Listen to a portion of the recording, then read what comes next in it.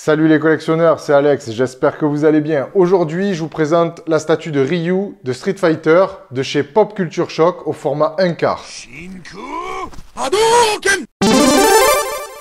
Alors les amis, d'habitude je fais toujours une bio du personnage en musique avec des images. Malheureusement avec la crise sanitaire, les enfants, tout le monde est à la maison, c'est compliqué de tourner. Donc rapidement, je vous parle de Ryu. Ryu, c'est le personnage emblématique de Street Fighter. On l'a vu pour la première fois donc en 87 dans Street Fighter 1 et il n'avait pas ce design. Il était roux, il avait des baskets. C'est en 91 lors de Street Fighter 2 qu'on le voit avec le kimono blanc, il est brun, il a un bandeau donc autour de sa tête. Et ce personnage-là, il va marquer réellement Street Fighter tout le long de l'évolution du jeu. C'est un orphelin qui a été adopté par Maître Gouken, donc le dernier maître du Hansansuken. Il va lui apprendre le Hansansuken, il va lui apprendre toutes les techniques que vous connaissez. Et à 23 ans, il va l'inscrire au tournoi World Warrior où il va affronter des grands combattants. Et normalement, alors là, il faut que je vérifie les sources parce que j'ai beau chercher dans l'encyclopédie Street Fighter sur Internet, j'ai pas trouvé. Si vous le savez, dites-le moi. Je pensais moi que c'était dans le World Warrior qu'il affronte Saga, donc en finale, qui lui fait la cicatrice donc sur le torse. Et après, donc par la suite, il sera, on va dire, dans la ligne de mire de Bison et de son organisation Shadolo, où Bison va chercher à lui voler donc les techniques du Hansansuken. Si le paradoxe avec ce combattant, c'est que Ryu, il possède le bon côté et le côté obscur, c'est-à-dire il possède la force du Hansansuken et il possède aussi le côté obscur, on va dire, le Satsui no Ado. Le Satsui no Ado, c'est le côté obscur du Hansansuken. C'est cette force qui a possédé donc Akuma, donc le frère de Gouken. Mais ça, je vous en parlerai dans les prochaines vidéos donc, de la statue. On fait un rapide petit tour de la boîte. Donc une boîte assez jolie avec juste la présentation de la statue. J'aurais peut-être aimé avoir un beau dessin, voilà, un très très beau dessin de Ryu. Là, vous avez la statue donc, qui est présentée. Les warnings donc en haut, quelque chose de très simple. Là, la statue sur le côté. Vous avez un zoom derrière donc sur le visage de Ryu. Vous avez les caractéristiques de Ryu et sa petite histoire donc écrite en anglais. Là, vous l'avez deux profils. Sur le dessus, vous avez Street Fighter, Ryu, donc le format 1/4. Et là, vous avez le nombre. Donc moi, j'ai la 353 sur 750. J'aurais aimé une boîte un peu plus travaillée, ne serait-ce que pour la photo du devant. J'aurais une photo d'une statue, c'est un peu simple. J'aurais aimé quelque chose, voilà, un beau poster de Street Fighter ou un poster de Ryu tiré du jeu ou un truc comme ça. Enfin, c'est vraiment un petit peu dommage sur cette boîte, même si elle est jolie.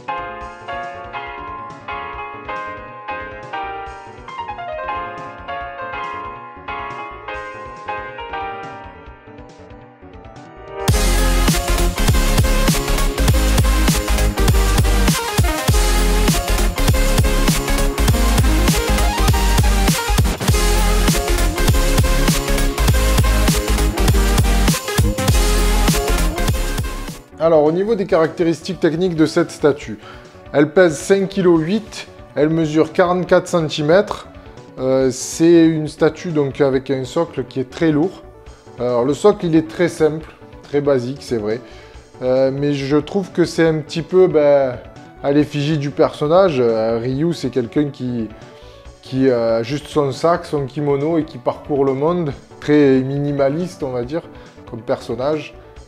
Tout ce qui l'intéresse, lui, c'est de s'entraîner et d'affronter des adversaires vraiment très puissants. Donc le socle, voilà, un socle noir, rien de plus basique de ce qui a été fait par PCS. Les pieds, les détails sur les pieds sont très beaux, la couleur de la peau est super bien gérée. Franchement, je trouve que là-dessus, ils ont fait un super boulot. C'est pas il n'y a pas besoin d'être bourré de détails, mais au niveau des pieds, la musculature, franchement, c'est super joli. Au niveau du kimono, donc quand on remonte, on a un kimono qui est pas blanc, parce que c'est vrai que c'est un vieux kimono qu'il porte Ryu, donc sur ça, on a une légère texture avec un, je sais pas comment dire. Alors on dirait qu'il est un petit peu jaunâtre. Au début, je pensais que c'était un problème, mais je l'ai eu neuve, donc non. En fait, c'est cet effet un petit peu vieilli qui donne cet aspect-là.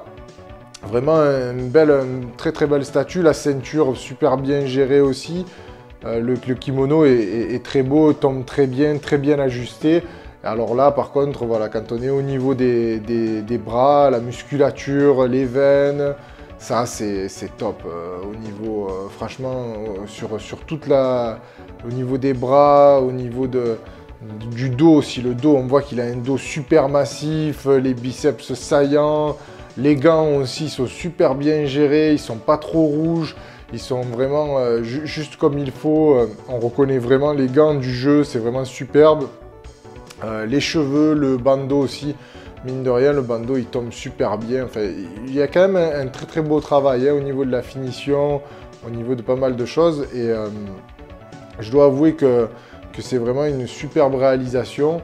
Voilà, on peut dire quoi, la jonction au niveau du cou qui se voit le côté, mais quand elle est exposée, normalement elle est exposée comme ça, vous le voyez pas. Après, si vous l'exposez un petit peu, c'est léger. Voilà, c'est le seul défaut que je peux trouver sur cette statue, c'est la jonction de la tête.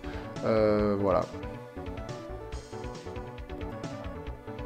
Alors, la version qui est exposée ici, c'est la version régulière. Il existe la version exclusive avec 2 têtes supplémentaires. Donc, je vous mets en photo, comme ça vous les voyez. Voilà, donc c'est des têtes... Bon, moi, la version régulière, elle me convenait très bien par rapport déjà au personnage. Après, j'ai pas enlevé le kimono. Je sais que voilà, y en a qui l'ont exposé sans le kimono, torse nu. J'ai pas osé. Je me suis dit, après, ça va être une galère pour l'enlever et pour le remettre. Donc, j'ai pas osé l'enlever pour l'instant.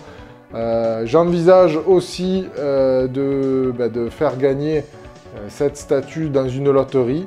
Manifestez-vous dans les commentaires. Après, ça se fera sur ma page Facebook. Vous avez le lien dans la description. Donc voilà, cette magnifique statue. Alors, si je m'en sépare, si je veux la faire gagner en loterie, ben, c'est pas parce qu'elle me plaît plus. C'est le manque de place. Vous savez que principalement mes collections, c'est Marvel et DC.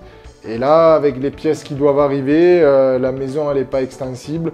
Donc, je manque de place, vraiment. Et je vais donc sûrement m'en séparer. Alors, soit je les vends, soit je les fais gagner en loterie, ce qui peut être aussi quelque chose de pas mal. C'est à vous de me dire un petit peu ce que vous en pensez. La conclusion, donc, pour cette statue. Alors, c'est pratiquement pour moi un sans faute. Mis à part le socle qui aurait pu peut-être être travaillé, même si moi ça me convient très bien.